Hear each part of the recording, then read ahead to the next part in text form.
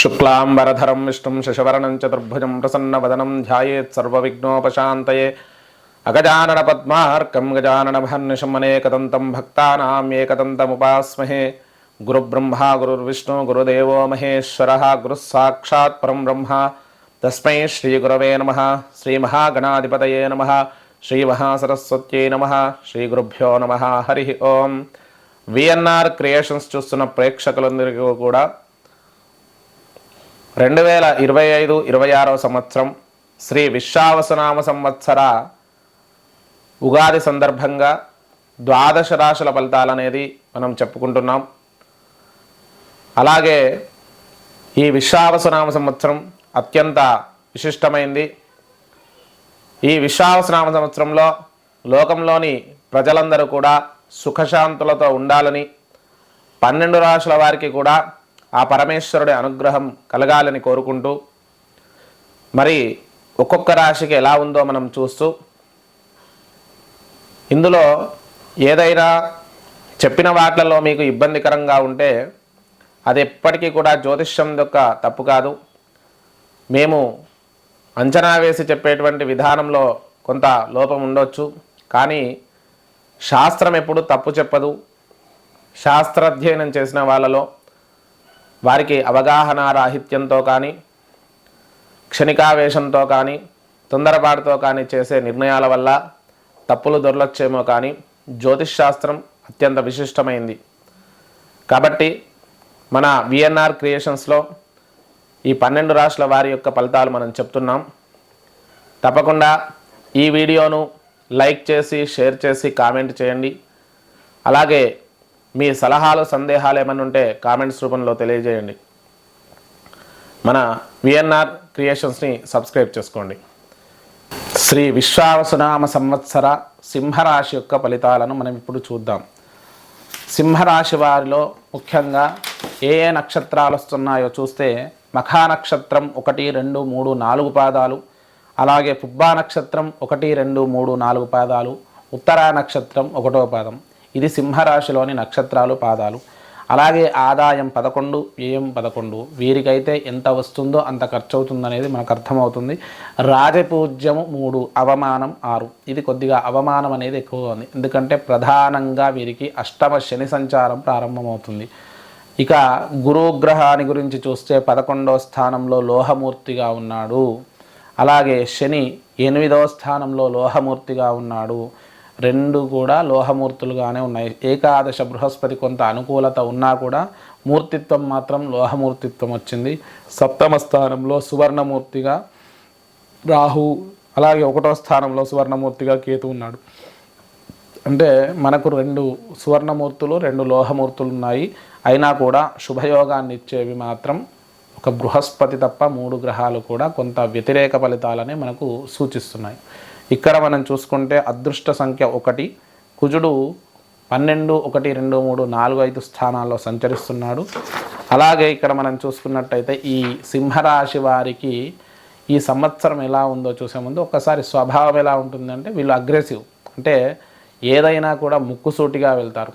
తాను చెప్పింది అందరూ వినాలనే ఒక ధోరణి ఉంటుంది. ఎందుకంటే సింహరాశి అధిపతి రవి, రాజు ఎలా ఉంటాడో వీరి యొక్క స్వభావం అలా ఉంటుంది. కాకపోతే ధర్మానికి కట్టుబడి ఉంటారు. ఎప్పుడు కూడా ధర్మబద్ధంగా జీవించాలి. ఏదైనా చుట్టూ ఉన్న వాళ్ళతో నేను ఒక సామరస్యంగా ఉండి అందరినీ ముందుకు నడిపించాలని ఒక స్వభావం అనేది వీళ్ళలో ఉంటుంది. అది లీడర్షిప్ క్వాలిటీస్ అంటారు కదా, అలాంటి స్వభావంతో ఈ సింహరాశి వారు ఉంటారు. మరి ఇప్పుడు ఈ సంవత్సరం అంతా కూడా మనం ఒకసారి ఎలా ఉందో ఒకసారి చూద్దాం. ఈ సంవత్సరంలో ఆరోగ్య విషయాలు చూద్దాం. సింహరాశి వారికి కొంత కష్టాలు ప్రారంభమయ్యాయని చెప్పుకోవచ్చు.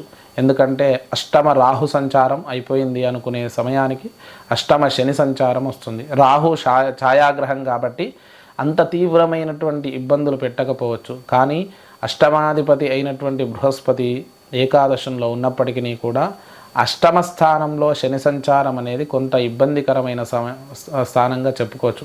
ఎందుకంటే శని ఏ స్థానంలో ఉంటే ఆ స్థానాన్ని కొంత ఇబ్బంది పెడుతూ ఉంటాడు.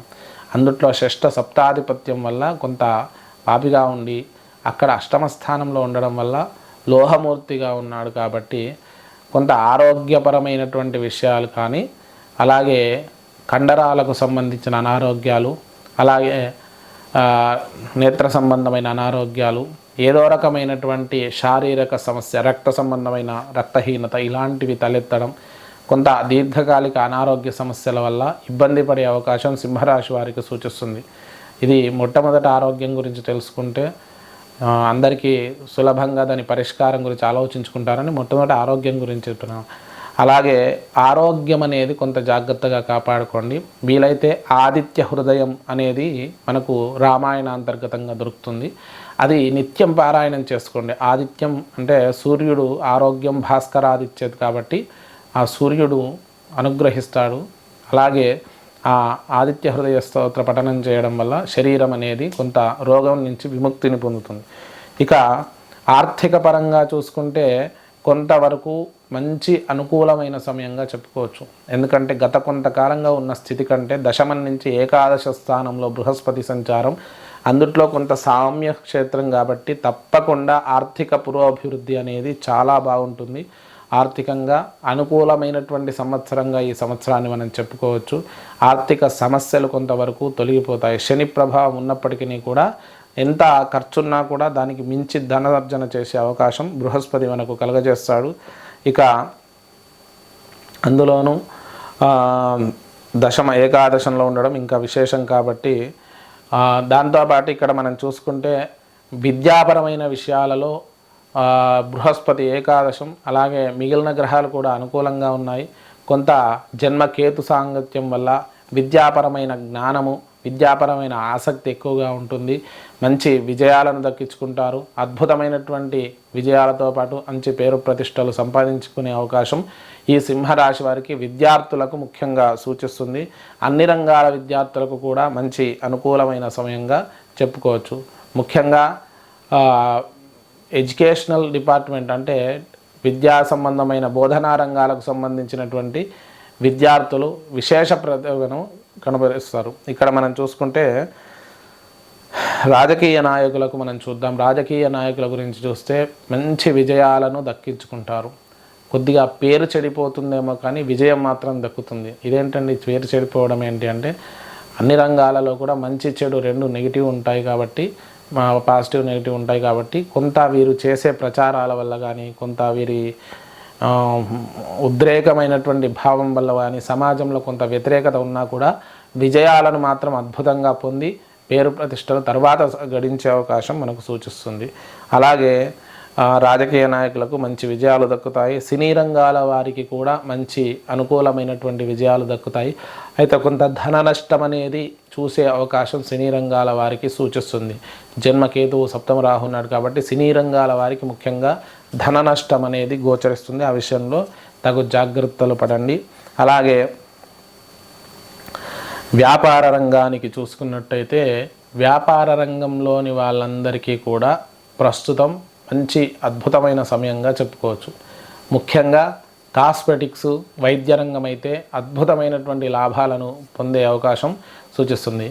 మా వైద్య రంగంలో ఒక రకమైనటువంటి లాభాలు, ఊహించని అనారోగ్యాలు ప్రబలడం వల్ల కొంత ఈ సంవత్సరం వైద్యులకు మంచి లాభాన్ని తెచ్చిపెట్టే అవకాశం సూచిస్తుంది. ఇక వ్యాపార రంగాలన్నిటికీ కూడా మంచి అద్భుతమనే చెప్పుకోవచ్చు. స్త్రీలకైతే కొంతవరకు ఆరోగ్య సమస్యలు కర్కాటక రాశికి చెప్పినట్టే వీళ్ళకు కూడా కొంత ఆరోగ్య సమస్యలు అనేటివి సూచిస్తున్నాయి. ఆరోగ్య విషయంలో తగు జాగ్రత్తలు తీసుకోండి. ఎందుకంటే ఆరోగ్యం బాగుంటేనే ఏదైనా చేయగలుగుతాం. అష్టమ శని సంచారం వల్ల రక్తహీనత అనేది తరచూ ఇబ్బంది పెట్టే అవకాశం ఉంది. జన్మకేతువు సప్తమ రాహు వల్ల కూడా కండరాలకు, నరాలకు, రక్తానికి సంబంధించిన అనారోగ్యాలు తరచూ మిమ్మల్ని ఇబ్బంది పెట్టే అవకాశం ఉంది. ఆరోగ్య విషయంలో తగు జాగ్రత్తలు తీసుకోండి. అలాగే